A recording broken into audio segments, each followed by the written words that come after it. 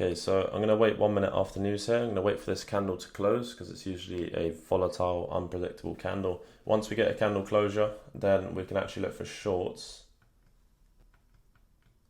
off this 1 minute bearish gap.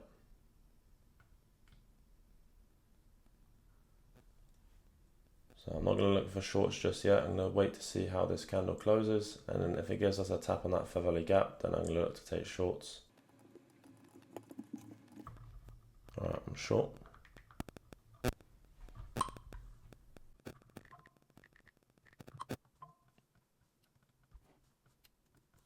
So once NQ takes data lows, then that's going to be our point of break even. I'm targeting that point of previous day low.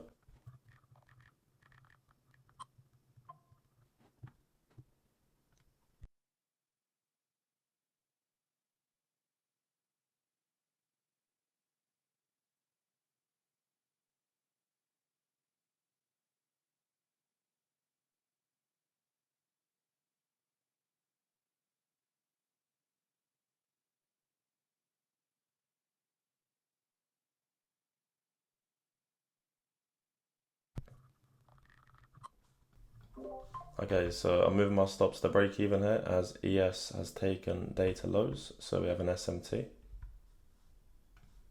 So we're break even on this one as of now. I'm taking 3 contracts off on NQ's data lows, and I'm taking a final contract off at previous day lows. So at 822.50, I'll be taking my final contract off.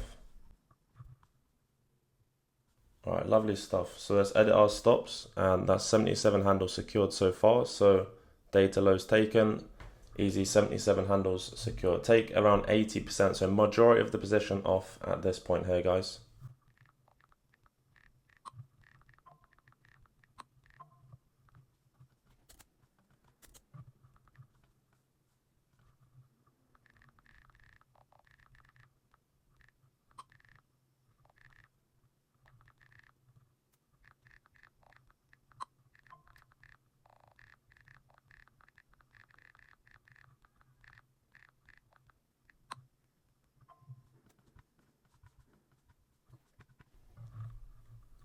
So we should obviously see this bearish gap get respected on NQ and ES. Once ES takes previous day low, which is the drawn liquidity for NQ. So either asset takes previous day low, then we'll be closing out fully. So if ES takes 481.50, let me make sure I've got this marked correctly, because yeah, sometimes I can be a few ticks off when I'm marking out prior to the New York Open.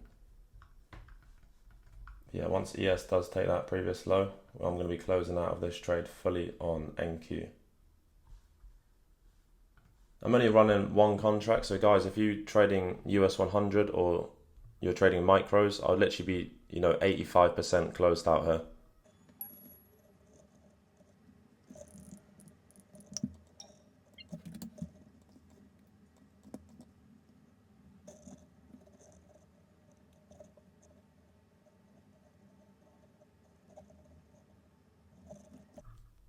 Alright guys, move your stops to that previous high just above at 952.75. I'm trailing my stops tight here, but price should not actually come back towards that previous short-term high, as we've just taken out the previous short-term high on NQ with swept buy stops. So price shouldn't have to come back again and sweep buy stops. So I'm aggressively trailing my stops here, expecting ES to go straight towards previous day low.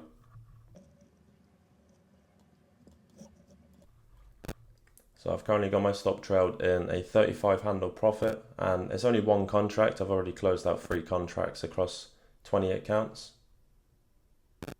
This is just the final contract. ES has another, 6 handles to move towards previous day low.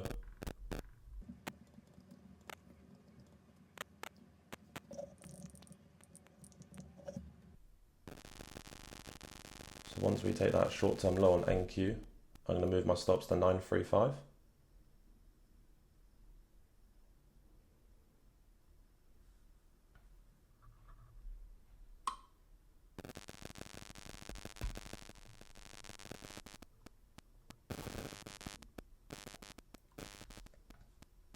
So as of now, our stops are in a 53 handle profit.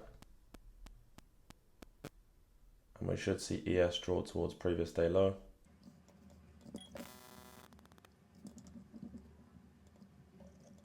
Okay, so once ES takes previous day low, obviously we're going to close out fully. I'm going to move my final contract to this point here. So once NQ takes this previous low, I'm going to use this as my final TP, as ES will most likely already take that previous day low.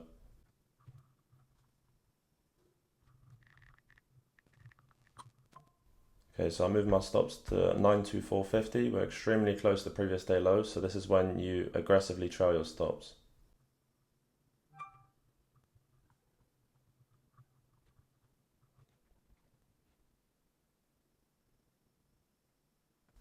That's it, guys. Final TP smashed. Easy stuff. Close out fully here. Final TP fucking smash, boys. That's pretty much it. Easy gains. Hopefully you guys have enjoyed this live stream, secured some money as well. Easy gains. So I personally secured 111 handles on that trade. Just like that. And that trade right there that we just took, guys, that was, let me check.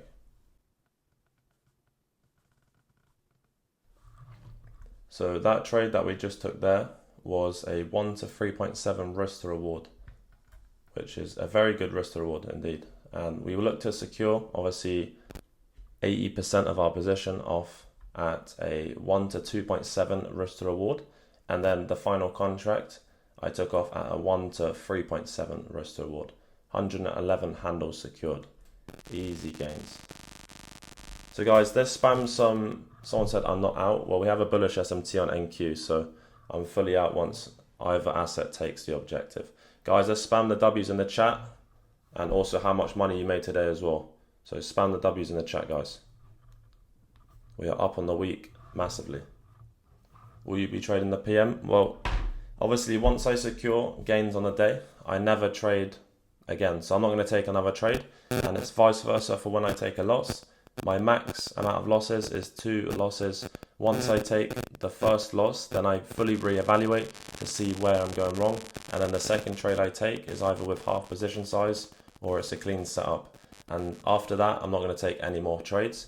The first winning trade that I take, even if it's only 25 points, you need to be done for the day. Because majority of the time, I've backtested this myself personally, you would come back to another macro and then give away your profits back to the market. So once you have secured gains, especially 111 handles, there's no point being greedy trying to make more in the second day macro.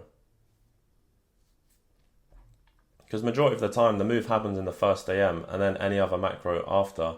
If the move's already happened, then the next macros, they're going to be pretty pointless, pretty worthless, to be honest.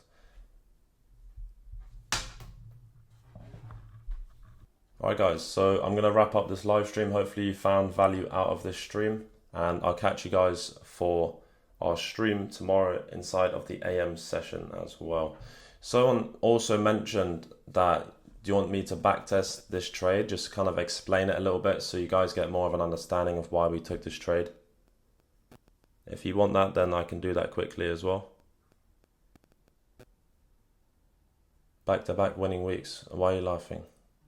We have had back-to-back. Last week was a winning week. This week's a winning week. The previous week before that was below break even. The week before that was a profitable week.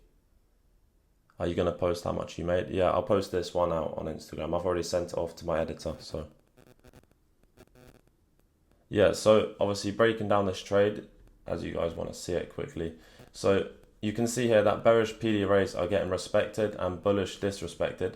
So monitoring price prior to 10 AM, there was no trades to take here. We do have a bullish uni. We have this bearish breaker block, but it's not paired with a fair value gap. I've then corresponded over to ES. We have a bearish SMT on ES and no fair value gap. So if ES is the weaker pair and it has no fair value gap, I'm not going to look to take a trade here. Price then drew back up to this fair value gap on NQ.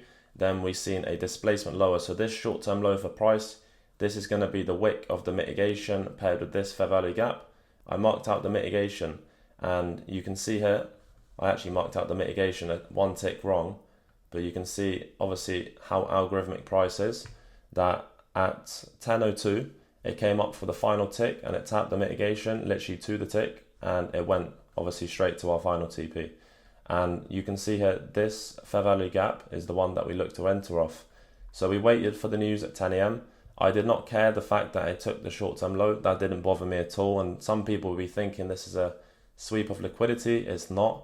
So price has obviously came out at 10 a.m. Basically nothing has happened. And you can see the candle after, we waited for the candle closure at 10 a.m. This fair value gap still getting respected. We have overall drawn liquidity for previous day low, bearish bias, and we have a mitigation paired with this fair value gap after a displacement. We inverse bullish PD arrays, so this fair value gap here got inversed just prior to 10 a.m. Then we drew back in, still respecting the mitigation, still respecting the fair value gap. News comes out, gives you your entry 1 to second entry of the mitigation, and the optimal entry is mitigation, but I'm not going to look for mitigation. I look to take first point of entry because it doesn't usually give you that. So I entered off the fair value gap, 30 handle stop, obviously above the mitigation block and the fair value gap, so valid stop as well. And then targeting obviously data lows. So the news came out, created data lows.